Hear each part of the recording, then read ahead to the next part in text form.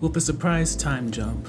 Let the right one in kind of throws you off a little bit with this episode, but at the same time, it delivers what increasingly is going to allow it to be a good show rather than a mediocre one, which is just another remake. So, just to get to the point, what is this time jump referring to?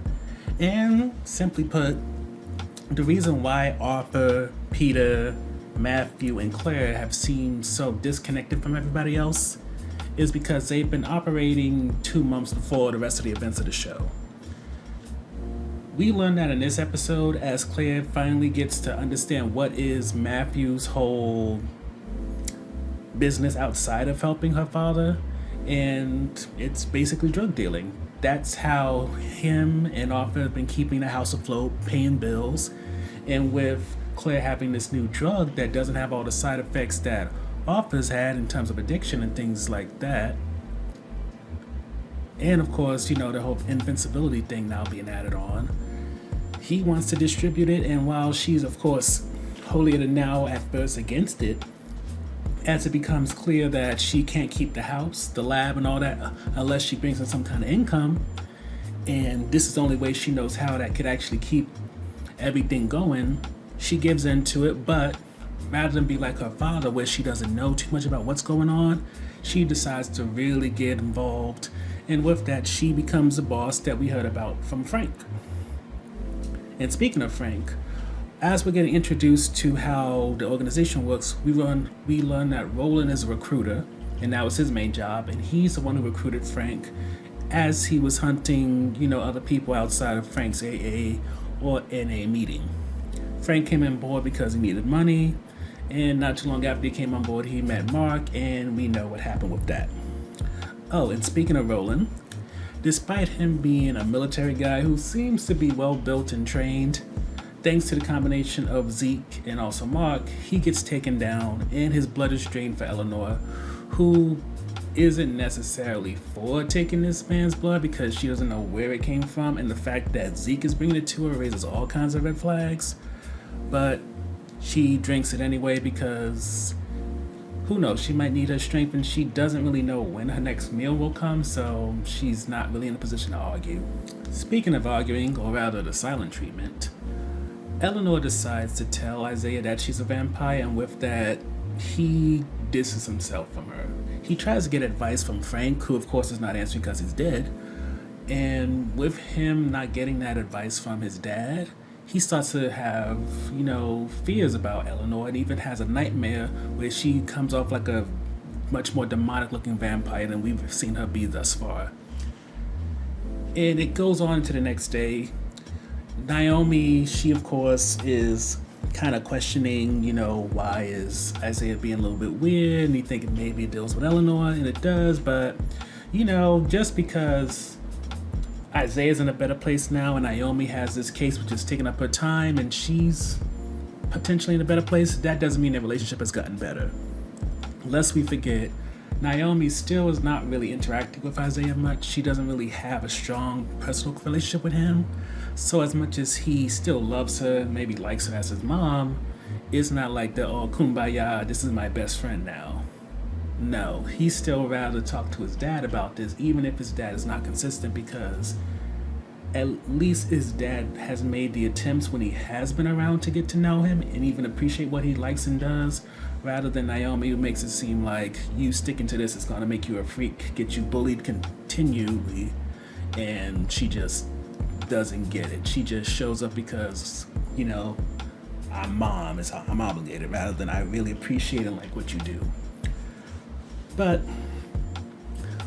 while Isaiah is more than willing to ignore all these texts, and I mean a lot of texts from Eleanor at first, as it clicks in his head that the reason that Abel and all his friends for over 2 weeks now have not bullied him is likely because of Eleanor, it clicks in his mind that, she likes me, she's nice to me, she hasn't done anything against me thus far. I mean, she kept a few secrets, but wouldn't you keep the secret of being a vampire to yourself as well? So it seems with that, Isaiah is willing to let Eleanor back into the fold, especially as he gets news of his father's death. Which leads us to the last topic.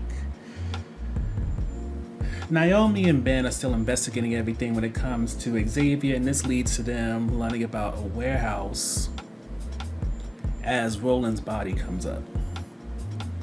They discover Frank's sobriety chip, and it has Frank's fingerprint on it, and also a second set of fingerprints that they haven't discovered who it belongs to yet. And with that, rather than Naomi wait until there's a body found and like real concrete evidence that Frank is absolutely dead, she takes note of she takes note of finding his coin, his apartment being seemingly empty, and him not being seen or paying his rent for quite some time. And she just decides at this point, if Frank is not answering her calls or contact, not answering Isaiah's, apartment's empty, and there's this coin for his sobriety that's gone, all things add up to him possibly being dead. And she just tells that to Isaiah, who of course is bawling his little eyes out. And with that, he calls on Eleanor because, again, confiding in his mom, not really his thing, but Eleanor is at least somebody who, as you see in the scene, he can kind of get out of this guarded state with and just relax a little bit, and even cry on her shoulder in ways that I still don't think that he may feel comfortable with his mother. So the highlight for me is just understanding how Isaiah's different relationships are operating.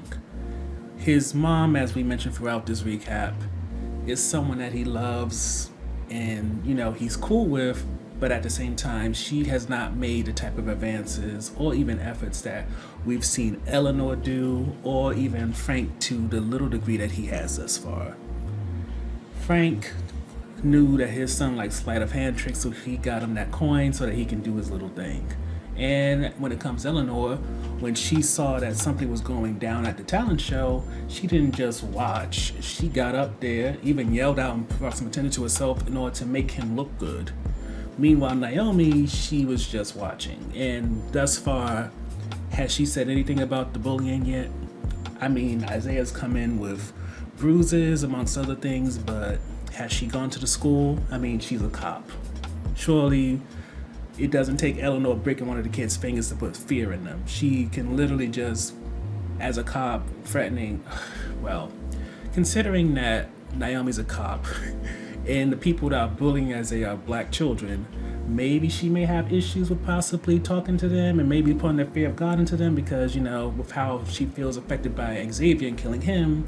Imagine perpetuating a stereotype about how cops, whether they're black or not, are literally trying to hunt and put fear into black kids or black people in general. So, in a way, you can kind of get why she hasn't done much, but at the same time, there's a principal, teachers, maybe security guards at his school, somebody who she could have talked to by now, and yet she hasn't. She's done her job as a mother in terms of being a provider, but as in her doing the type of things that Isaiah really needs in order for him to be mentally and emotionally fit, she tries, but she doesn't give the kind of effort and attempts that he needs.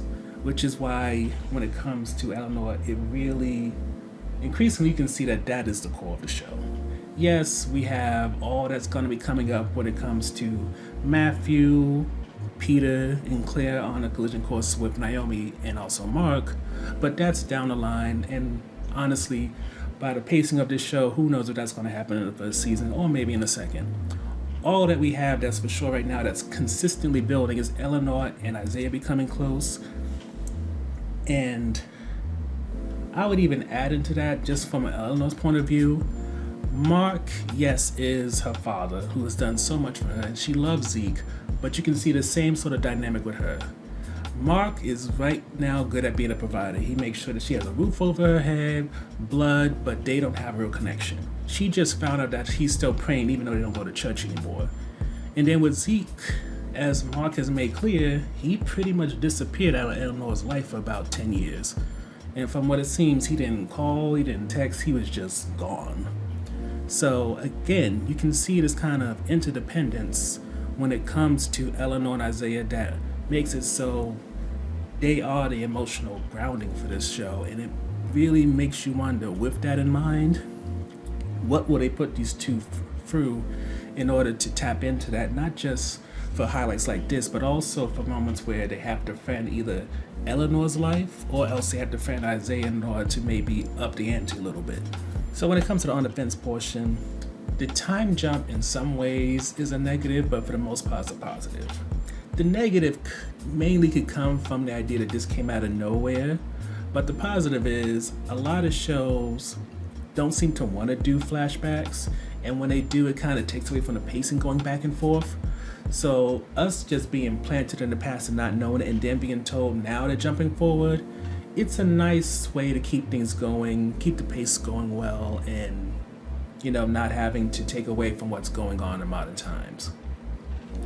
With that said though, what also makes the time jump interesting is that it establishes everything for us in terms of noting that it took only 2 months for Claire's drug to become a major force on the market. It took 2 months for Peter to heal. And it took only really 2 months for Claire to become the head honcho, at least from the way that Frank made it seem. Now, as we've been mentioning over and over again, eventually Naomi is going to be on a collision course with Matthew and his organization. And I think with Zeke and Mark killing Roland and, that freaking out Matthew a little bit, that might be the trigger that allows for Naomi to catch them off guard, because losing someone who's a major force like that is definitely going to make Matthew paranoid. And if Roland spoke about how he saw Mark kill somebody, or at least throw away Frank's body, that sets things up so eventually Matthew may be on a collision course with Mark as Naomi's going after them. And because Peter's now fully healed, that means him and Eleanor can come face to face, compare notes after maybe having a little bit of a fight, in order to defend their humans. And that could open up some more information about how and when they got attacked and what was the events surrounding that. So overall, the time jump has good long-lasting effects and definitely is something that, while at first I was kind of about because, trying to piece things together was a little bit confusing, overall, the way it's executed was definitely worth noting, and I'm not saying it should become the norm, but I definitely applaud this show for doing it the way they did. Overall, while it does sometimes feel that Naomi's investigation is taking way too long to really start cooking up, there's no doubt that Isaiah and Eleanor are holding it down for the show with how they're bringing it emotional depth, and their relationship is something that can keep you holding on as you wait for all the things that have been lined up since perhaps the beginning that was still waiting to start knocking over like dominoes.